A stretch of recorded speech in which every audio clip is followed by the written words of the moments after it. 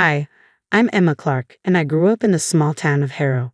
It's nothing glamorous, just a place where everyone knows each other and secrets have a way of coming to light. After graduating, I dove straight into the retail world, specifically lingerie. To me, it wasn't just a job, it was my passion. I poured my heart and soul into my work, and eventually, I became the proud owner of a chain of lingerie stores ranging from quaint boutiques to upscale outlets. I was dedicated to my business and exceptionally good at it. But as I clocked in the hours, days, and months, I started to feel like something was missing. That's when Michael entered my life. It all began with a simple ping on my phone. A friend request from a sharply dressed guy with piercing eyes. I didn't recognize him, but his profile hinted at a man who had his life together. A lawyer, hence the tailored suit. Curiosity got the best of me and I hit accept. It wasn't long before his first message appeared one evening while I was crunching numbers. Hey Emma, thanks for accepting my request. I noticed we have some friends in common. How's it going? Simple enough, right? But it was his follow-up messages that truly drew me in. He was witty and had a knack for making me laugh even after the longest days. I remember one night we were joking about the worst pickup lines we'd ever heard, and his humor just clicked with me. Michael, have you ever heard this one? Are you a magician? Because whenever I look at you, everyone else disappears. I bet you've heard that one in your line of work, Emma. Oh, for sure, top of the cringe chart. But here's mine. Are you a photographer? Because I really want to leave this shoot. He tacked out a laugh. At least I hoped it was genuine. After a few weeks of messaging, he suggested meeting for coffee to put a real face to the texts. The first time we met was at this little dive I loved, known for its strong brews. He was already there when I walked in, absorbed in a newspaper. When he looked up, the polished image from his profile didn't do him justice. He was even better in person. Emma, wow, you actually look like your pictures. That's a rarity in this city, he said, and I couldn't help but smile. Thanks. I think you look pretty great yourself. Despite his lawyer vibe, he laughed, and the ice melted away instantly. We talked for hours. There was substance to our conversation. Michael asked about my business and my dreams, genuinely listening to my every word. When we had been seeing each other for a year, he decided it was time to take our relationship to the next level. I was closing up shop one chilly evening when he arrived unexpectedly, his breath visible in the cold air as he presented me with a small velvet box. Emma, I've been thinking, he started, looking uncharacteristically nervous. We've been doing so well, you and I think it's time we considered making this permanent. I froze, the keys to my store still in my hand. Michael, are you saying what I think you're saying? His charming, lopsided grin appeared. Yes, I am. Marry me, Emma. Let's not play games anymore. I want you as my partner for life. My heart raced, and a whirlwind of thoughts flooded my mind. Was I ready for marriage? But looking into his eyes and seeing the sincerity there made me feel like it was right. Yes, I breathed. I'll marry you. Then, his expression shifted to something more serious. But there's something else we need to discuss. Some legal matters. The word legal hit me like a splash of ice water. Legal? Really, Michael? Is that necessary? He rushed to explain, taking my trembling hands in his. It's not that I don't trust you, Emma. It's just practical.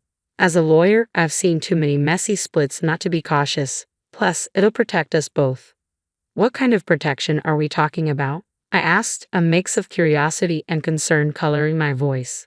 He pulled out some documents from his briefcase. It's straightforward. If either of us cheats, the cheater loses their assets to the other. It's simple and fair. You know I would never cheat on you, Emma. This is just a safety net. I took a deep breath, trying to wrap my head around it all. The romantic proposal suddenly tangled with talk of cheating and assets wasn't what I had envisioned for my engagement. But maybe life with Michael wouldn't be ordinary, and perhaps this was just part of that. I glanced at the papers and then back at him, sensing his earnestness. All right, I'll think about it, but let me be clear, Michael. I have no intention of giving you a reason to use this against me. His relief was palpable. We celebrated that night, and despite the strange mix of emotions, the evening was perfect. The restaurant was cozy, the food delicious, and Michael was attentive, making me laugh and helping me forget about the legalities for a few hours. As we strolled back to the car beneath the stars, he stopped and pulled me close. You know I love you, right? No piece of paper is going to change that. I nodded, resting my head against his chest. I know, Michael. I love you too, I replied softly, but let's make sure this prenuptial agreement doesn't come between us, okay? He pressed a gentle kiss to the top of my head. It won't, I promise. A few days later, I signed the prenuptial agreement after reviewing it with my own lawyer, just to be sure. It felt strange to sign a document discussing the potential end of a marriage when ours hadn't even begun, but life is a gamble, and I was all in. I just hoped my bet on Michael would pay off. We were the couple everyone envied, always laughing and whispering to each other at parties. But after a few months, I sensed something shifting. At first, it was subtle, just a chill that settled over us, but soon enough, real trouble emerged. One afternoon, while shopping for new scents at a perfume store, I struck up a casual conversation with a sales associate about fragrances. When we left the store, Michael was fuming. "Who was that?" he barked as soon as we were clear of the crowded mall. I was taken aback. "The sales guy. I was just asking about the perfumes." "Why did it seem like you were really into him?" Michael shot back, his eyes narrowing. I stared at him in disbelief. "Michael, I was talking about perfumes. What's gotten into you?" He scoffed, shaking his head and turning to walk away. "Nothing. Forget it. Let's just go home." But it didn't end there. It only escalated. From that moment on, whenever I spoke to another man, Michael would sulk or make snide remarks. He became distant, retreating behind his laptop or phone and leaving me to eat dinner alone most nights. One evening, I couldn't take it anymore. I found him in his study, staring blankly at a spreadsheet. "Michael, we need to talk," I said, standing in the doorway. He didn't look up. "It's about us, about how you've been acting lately." I walked over to shut his laptop. "You've been distant, and every time I interact with another guy, you act like I've committed some crime." He rubbed his temples and sighed heavily. "Emma, you don't understand the pressure I'm under at work. When I see you laughing and chatting with other men, it just gets to me. Sometimes it feels like you don't respect our relationship enough to keep your distance." We stared at each other, the air thick with unspoken words and the remnants of our raised voices. Then the rumors started creeping in. Friends began whispering that Michael had been telling people I was a flirt, chatting up other men whenever he turned his back. I couldn't believe it. "You've been talking about me behind my back?" I demanded, "telling people I flirt with other guys?" "Look, Emma, it's not like that. I might have said a few things, but it's only because I see how they look at you," he replied, defensive. I cut him off, my anger boiling over. "I don't believe this. You have no right to spread lies about me. You're supposed to be my partner, not my biggest critic." After that blow-up, things between us cooled down. One morning, I found a note from Michael on the kitchen counter. His handwriting, usually neat and precise, looked rushed this time. I picked up the note, my heart racing a bit faster than usual. "Emma, let's try to start over. Meet me at the Grand View Hotel, room 204, at 8:00 p.m. tonight. Let's put the past behind us and move forward." I stared at the note for a full minute, taken aback. This was unexpected. Maybe it was his way of reaching out, trying to mend what had been broken. Hope fluttered in my chest like a fragile bird, and I decided to go. The day dragged on, and work felt like a blur. I couldn't focus on customer orders or inventory. My mind kept drifting back to the note and what the evening might hold. Could we really start fresh? By the time I closed up the shop and headed to the hotel, I was a bundle of nerves. Arriving at the Grand View, my palms were sweaty. I checked my reflection in the car mirror, fixing my hair and dabbing on a bit of lipstick. Not too much. I didn't want to seem like I was trying too hard. Room 204 was on the second floor. The hallway was quiet, just the soft hum of the air conditioning. I knocked on the door. No answer. I knocked again, then hesitantly turned the doorknob. It was unlocked. The room was dimly lit by a bedside lamp, casting long shadows across the bed. An open bottle of wine sat on the table, 2 glasses beside it, and a small plate of sliced fruit. But there was no sign of Michael. "Michael," I called out as I stepped inside, letting the door click shut behind me. Silence enveloped me, broken only by the soft whir of the air conditioner. I considered leaving, but something made me stay. I poured myself a glass of wine, the deep red liquid swirling in the glass. "Just one glass," I muttered to myself, hoping to calm my nerves. I took a sip. The wine was rich and slightly too sweet. I sat down on the edge of the bed, my mind racing. The wine began to make my head feel a little fuzzy, or was that just my nerves? I lay back to rest my eyes for a moment, the room spinning gently before everything faded to black. When I finally woke up, it was dark outside. I tried to sit up, but a pounding headache made it difficult, and my thoughts were foggy. My phone lay on the nightstand, and I grabbed it. The light from the screen was blinding in the dim room. I checked the time. It was past midnight. Panic clawed at my chest as I struggled to remember what had happened and how I ended up lying there. But it felt like grasping at smoke. I jolted awake, suddenly aware that I was lying there without any clothes. Panic surged through me as I fumbled to dial Michael's number, my fingers trembling. When he picked up, his voice was cold and distant. "Emma, what's up?" "Michael, where are you? Why didn't you come to the hotel?" My voice shook with a mix of anxiety and frustration. "Hotel? What are you talking about? Emma, are you drunk? Have you lost your mind? I'm at the Grand View, like you told me. Why did you ask me to come here if you weren't going to show up?" My anger flared, drowning out my confusion. "Emma, I don't know what sick game you're playing, but I didn't write any note. I've been home all night. You're out of control, running around with your lovers." As I drove home from that disastrous night, Michael's cold, dismissive voice replayed in my head, leaving me in a state of turmoil. It felt like I was trapped in a nightmare from which I couldn't wake. Pulling into the driveway, the familiar sights of our home offered no comfort. Instead, they twisted into a knot of dread in my stomach. I stepped inside, and the tension hit me like a wave. Michael was pacing the living room, his face twisted in anger. As soon as he saw me, he exploded. "There you are, the wandering wife returns," he yelled, his voice dripping with scorn. "Michael, please, we need to talk. Something very wrong happened tonight," I pleaded, my voice shaky yet desperate to make him understand. But he wouldn't listen. Instead, he slammed a stack of photos on the table. "Explain these," he shouted. I picked up the photos, my hands trembling. They showed me in a hotel room, in bed with a man I'd never seen before. My heart sank. "Michael, I don't know who this is. I swear I've never seen him before. Something happened to me tonight, something I can't explain." He laughed, a harsh, mocking sound that sent shivers down my spine. "A monstrous mistake or just your monstrous behavior? Marrying you was the real mistake." Tears stung my eyes, but I fought them back, desperate to stay strong and clear-headed. "I didn't do this, Michael. You have to believe me." "Believe you? Why should I? You're a liar and a cheat, and I'll make sure you don't get a cent from me. I'm going to court, and I will take everything from you, just like we agreed."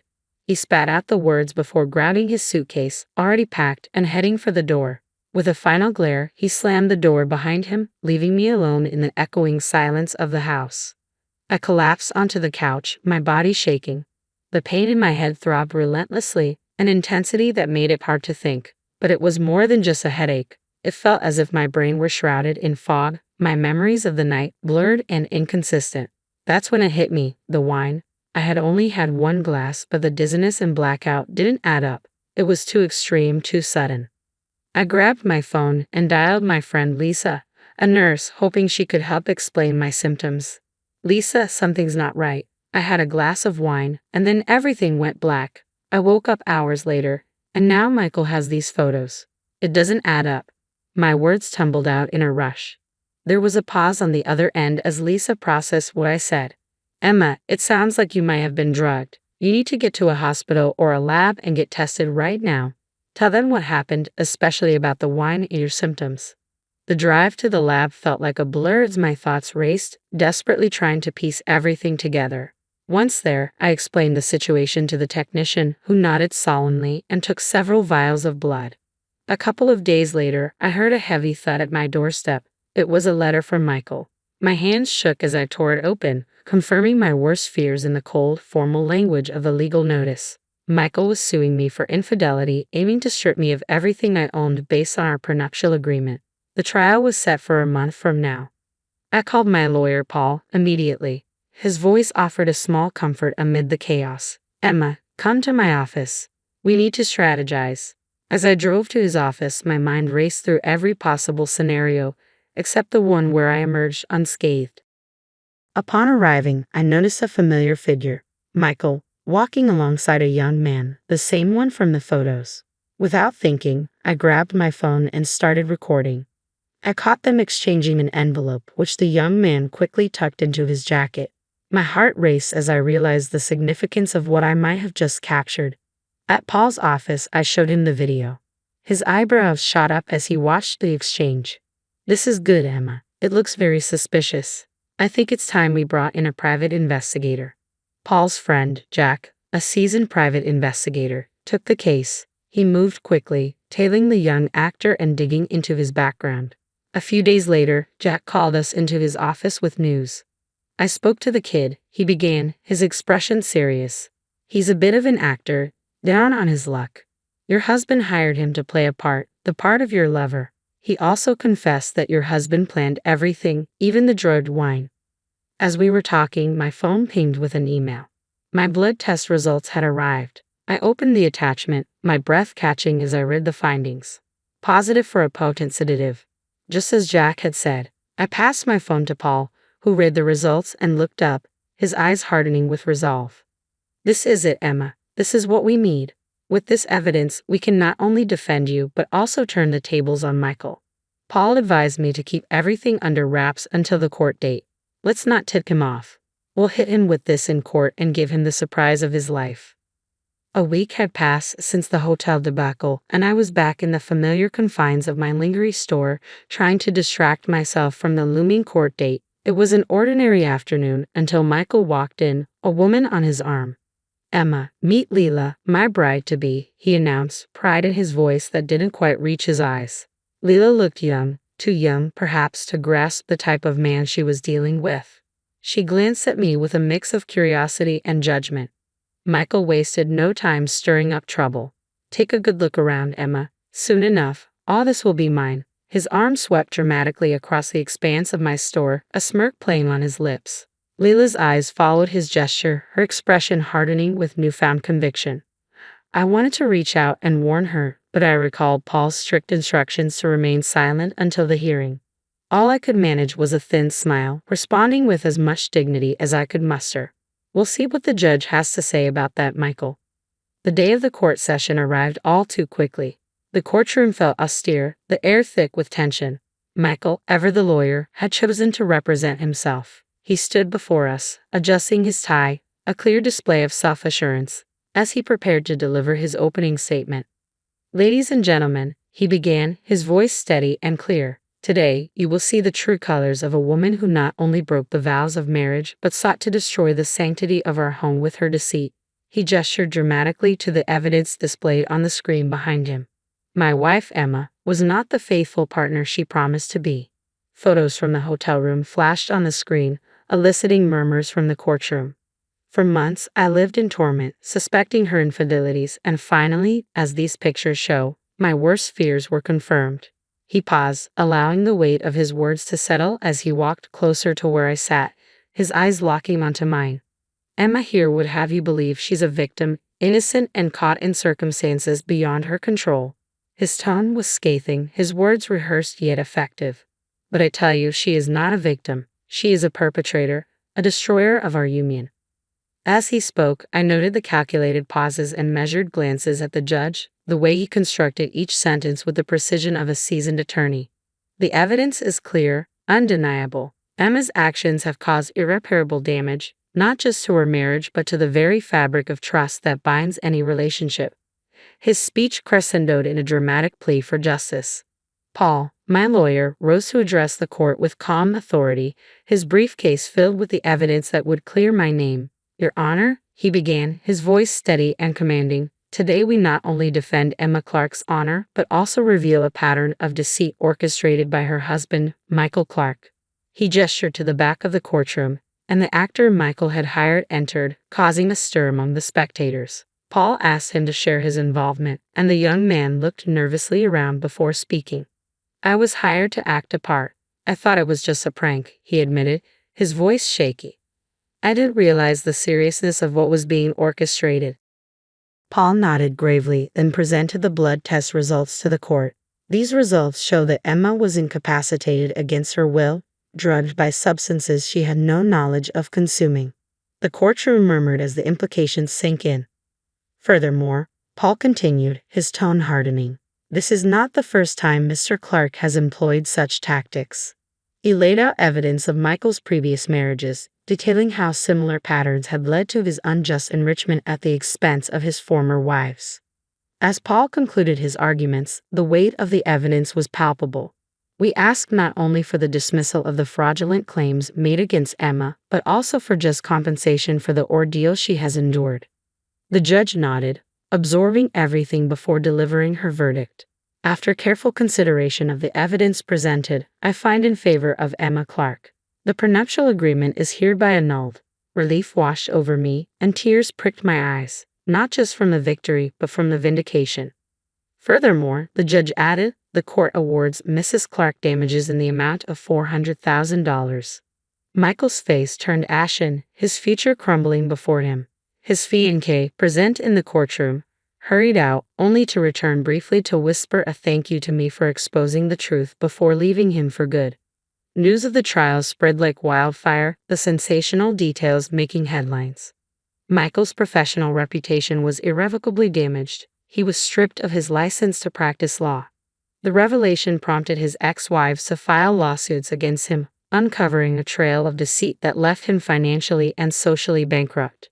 As I closed up shop one evening, the glow of the sunset casting long shadows on the floor, I reflected on the journey. The battle had been hard-fought, marked by moments of despair and indignity, but ultimately it stood as a testament to resilience and justice.